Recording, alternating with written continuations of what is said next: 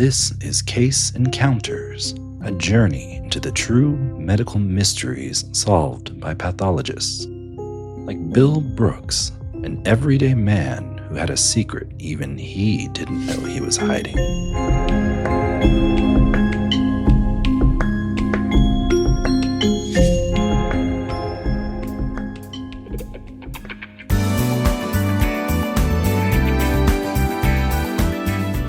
The year is 1979. Jimmy Carter's in his third year. Rocky II is on the big screen. Gas is 86 cents a gallon, and Sony has just introduced the Walkman. MASH and Happy Days dominate the airwaves, and disco is peaking, but fading fast. DNA sequencing and CT scans are a luxury. Papered charts rule the hospital floor. And the electron microscope is in its glory days. It's a warm May morning when a man walks into the VA hospital.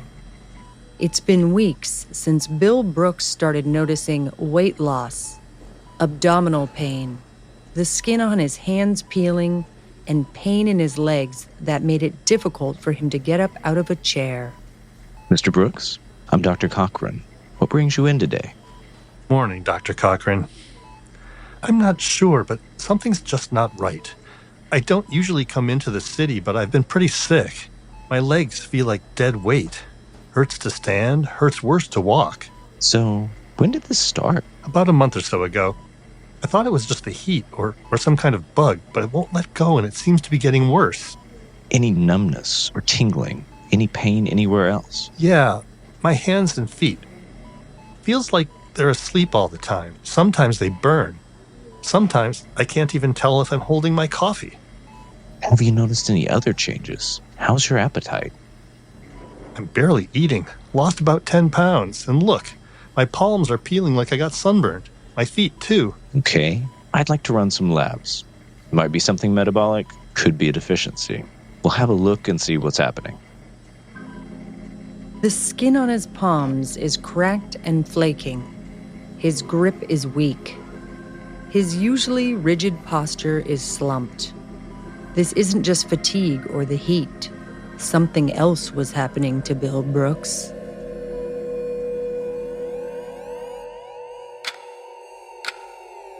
Later the next day, the initial lab results were back, and Cochrane didn't like what he saw. He ordered additional blood work to get a clearer picture, and when those results came back a few days later, his concern escalated, and he called in hematologist Dr. Henry Cloe to help him decipher what he was seeing. His initial blood work showed his hemoglobin at 8.4, and his red blood cells are macrocytic. They're huge. His MCV is over 100. That's classic megaloblastic anemia. How are his B12 and folate? His B12's fine. The folate's low normal, but look here at the smear. Basophilic stippling and Howell Jolly bodies. Basophilic stippling, leftover bits of RNA like static in the signal. And Howell Jolly bodies, an absurdly joyful name for such a grim discovery. Fragments of DNA that should have been cleared before the cells left the bone marrow. This isn't about his nutrition. His bone marrow is under stress. Something's disrupting the red blood cell development. Maybe a toxin. Heavy metal exposure comes to mind. Lead? Arsenic? Where does he work? Nowhere that would explain this. In 1979, there were no molecular tests, no genetic panels. When all three bloodlines were down, red, white, and platelets, there was only one next step. I'm going to have him admitted for observation and order a bone marrow biopsy. I'll have Dr. Reiner look at it.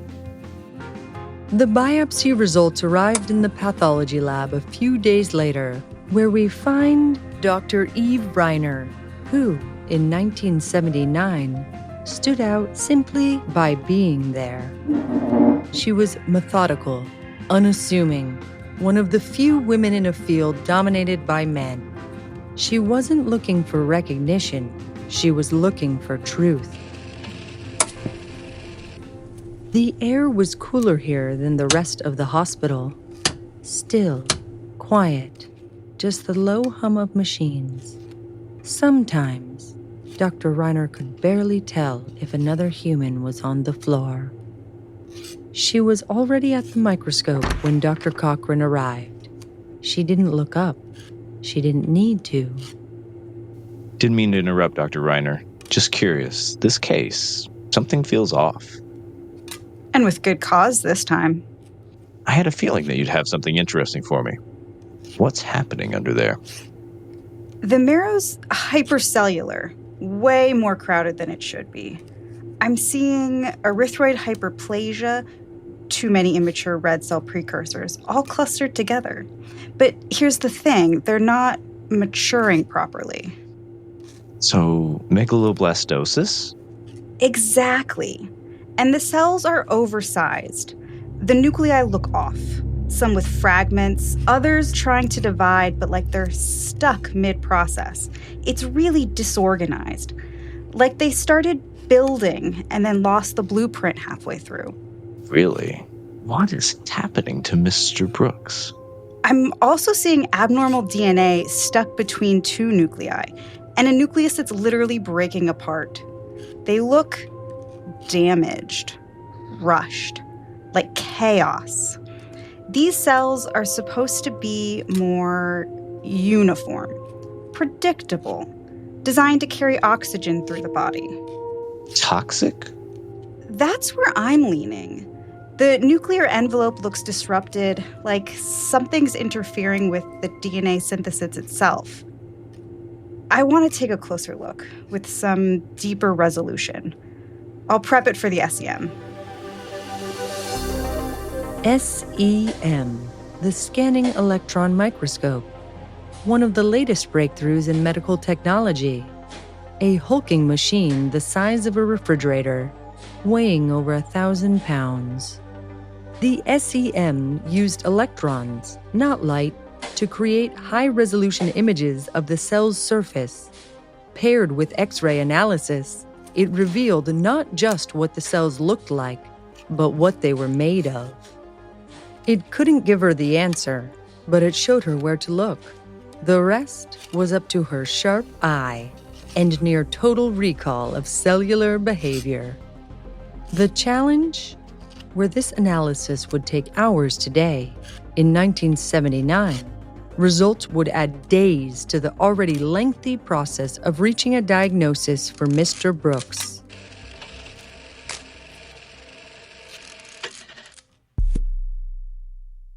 When it was finally ready, Dr. Reiner called Dr. Cochrane, and they met in the lab to review the elemental profile. She read the report twice. Holy moly! One single offending element. It shouldn't have been there, but it was. And in that moment, she knew. Wow.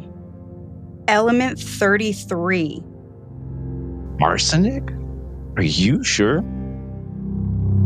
It wasn't just cell damage anymore. It was evidence, and with it, a dozen new questions. Yes! It's in the cytoplasm, multiple cells, consistent across the sample. It's not a contaminant.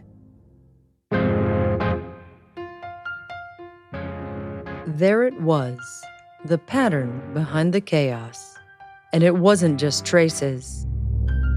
Arsenic had infiltrated Bill Brooks' bone marrow, soaked into the very cells that carried oxygen through the body. The nerve pain, the marrow failure, even the peeling skin. It all makes sense now. This is textbook arsenic exposure. Where has this guy been? And who has he been with? Cochrane and Reiner weren't just looking at a diagnosis. They were looking at a crime scene.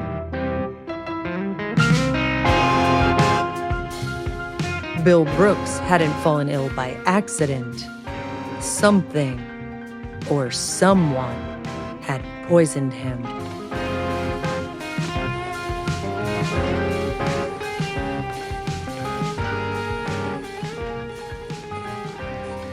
Later that day, Dr. Cochrane returned to Bill Brooks' room.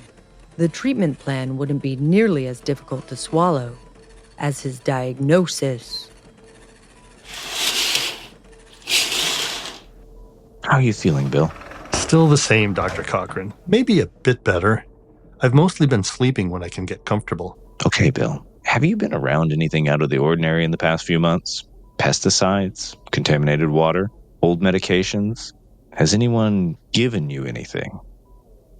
Not that I know of. I've been working at the Social Security office for the past few years now, so I wouldn't have been around anything like that. I see. Well, we got the results of your bone marrow biopsy. I even went down to the lab myself to see the pathologist. It seems you've been exposed to arsenic in a pretty significant amount. Arsenic? Arsenic. Do you have any idea how that might have happened, Bill? Not that I can think of. There was a silence, not just in the room, but in his response. Maybe he truly didn't know, or maybe he did, and wasn't ready or willing to say. Bill Brooks was treated with chelation therapy to help remove the arsenic from his system. That meant painful injections every few hours. No IV, no pill, just a thick needle and time. Today, Mr. Brooks would have been treated with a course of oral medication, and the poisoning would have been more easily and quickly detected in toxicology panels using urine, hair, or blood samples. Hey there, Daniel. I've been thinking about your arsenic patient. Did we ever find out what happened? Nope. We discharged him a while back. He was supposed to come back in for a follow-up, but I haven't seen him since.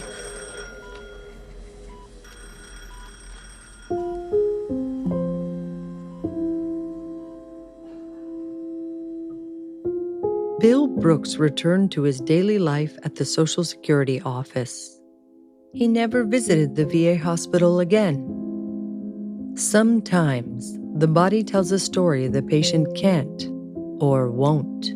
It may have taken longer to unearth these kinds of stories decades ago, but the results remain. Dr. Reiner identified the what in this case. The why and the who remain unknown, and those remaining details still haunt her.